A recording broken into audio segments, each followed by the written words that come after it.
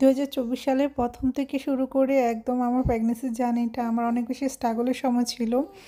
প্রত্যেকটা মুহূর্ত অনেক বেশি ব্যস্ত ছিলাম বা নিজেকে ওরকম একটা সময় দিতে পারিনি। বারবার মনে হচ্ছিল কি আমি সবকিছু করতে পারবো কিনা। অনেক কিছুর ভিতর দিয়ে আমি যাচ্ছি বা অলরেডি গিয়েছি। আমি কখনো আমার নিজের জন্য ভাবিনি। সবসময় চিন্তা করেছি যে ছোট্ট যে প্রাণটা আছে সে যেন সুস্থ থাকে, ভালো থাকে এবং ভালোভাবে পৃথিবীতে আসে। আলহামদুলিল্লাহ আমার প্রেগন্যান্সি জার্নিটা খুব ভালোভাবে আমি পার করেছি। এখন যদি চিন্তা করি আমি তখনকার কথা আমার খুবই অস্বস্তিকর লাগে।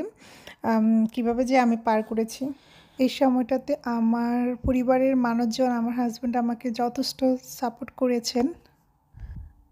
শুভ অশুভ বলে কিছু হয় কিনা তা আমি জানি না। তবে আমার দৃঢ় বিশ্বাস যে মহান আল্লাহ পাক যা করে মানুষের ভালোর জন্যই করে থাকে।